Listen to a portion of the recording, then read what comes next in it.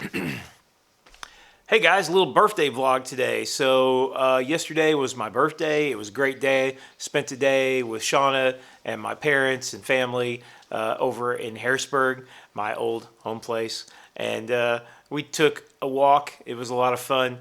Today's story really though is about these shoes. It's a funny story time with Matt. So about 15 years ago or so, I got a pair of these, the older version. They didn't have the boa, and these were absolutely like my winter shoes. Like I wore them. We used to mountain bike a lot back then, like in the winter in all conditions, and it was imperative that you had shoes, something that would keep your feet dryish, and warmish. And I haven't done that as much lately. I've not really been mountain biking in the Shawnee the last few years like I used to, especially with my old buddies who some still ride and some don't. But this was like the thing, right? So I'm too cheap to buy a $250, however much these things cost. It's pretty very expensive pair of winter mountain biking boots. And so I got my first pair when a shop in El Dorado, I hesitate to call it a bike shop. It was a guy who had like a sort of a bunch of bike junk. He had bought a closeout of Lake shoes and boots, and he had a bunch of these for $20 each. And I went and bought a pair of them. And it's like I should have bought all of them. Like they were all, like he had like 5 pair of them in my size. And so that was, years and years ago. And that pair, they lasted for years of abuse. Just like treating them like crap. And then eventually the soles came off and I duct taped them and glued them and they break again. And so another friend of mine, my buddy Mark Salis, gave me a pair, his old pair, and he bought a new pair, and they lasted for several more years. When I moved, I finally I threw them away because they were so bad. They were like 15 years old, like I said, and my original pair had long been thrown away. So I kind of really missed them, like there's several times I wanted to go on a cold ride and I'm like, well, I just, I don't really have anything to keep my feet warm, and it's really hard to put my feet warmers on, and these things just were so awesome. And I was just like, ah. So anyway, we did a walk. Oh, and there was this other part. I've been wanting to buy a wet dry vac, and we're just driving down the road, and there's a wet dry vac on the side of the road. It looks pretty good. Somebody got rid of it because it was missing a wheel, and it works perfect. So there's like my first birthday, surprise, finding this sweet wet dry, big, like the big one, like the big one, like it's huge. So then we go for a walk, and we get done with the walk, and I'm like, hey, let's go try that little thrift store. It'll be stupid, but why not? And we go in the little thrift store and walking around, can't find anything, and all of a sudden I see the Lake boots, and I'm like, I know these have got to be my friend Drew's, right? Because Drew had a pair of these, and they were my size 46.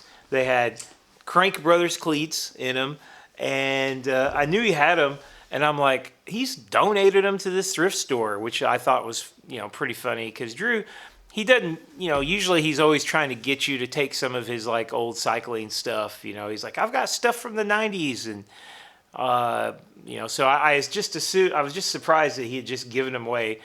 Drew has good stuff, and he appreciates good stuff. So it was just be surprising to me that he would just donate these to like a random thrift store.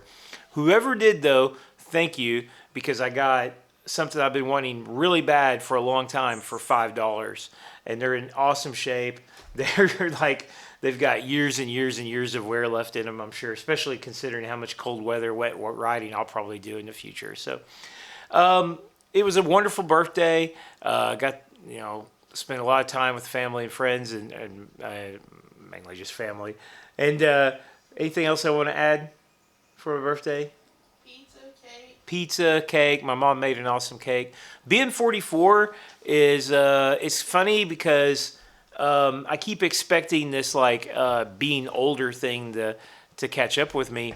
And today we just went out and rode, and it's like I haven't been in the gym. I think I made a video. My training has been completely Zwift this year, and we just went out and did some riding, me and Shauna today, and then I did sort of like a crit practice. I've got a crit course here near Benton I've been riding. It's closed loop of pristine very good road, and I was, you know, I wasn't riding like as hard as possible, but I was riding pretty hard. But I hit the climb on this little course. I hesitate to call it. It's like a 25-foot hill, but it's a hill, and I hit that hill as hard as possible, and I set my fastest time for it, faster than last year. Both, you know, every time I rode it several times last year, and faster than all of last year. And it's funny because I'm like every year I get a little bit stronger. My weight is a little down from where it was probably last year, so that could account for it. But I keep expecting this, like, you know, 40s thing to catch up with me, but I mean, I don't really feel any different on the bike. I keep, honestly, I'm better now than I probably have been, at least since maybe 2017 or something, or 2013. I mean, when I won my only race I've ever won. So I'm looking forward. I think I'm going to do some more crits this year. I'm going to try 44. It's a lucky year, I think. So I might have done good when I was 33. I don't know. But definitely looking forward to this season.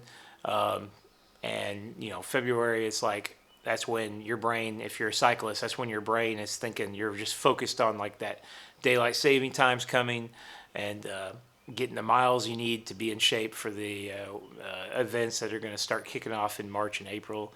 And yeah, woo! All right. See you guys.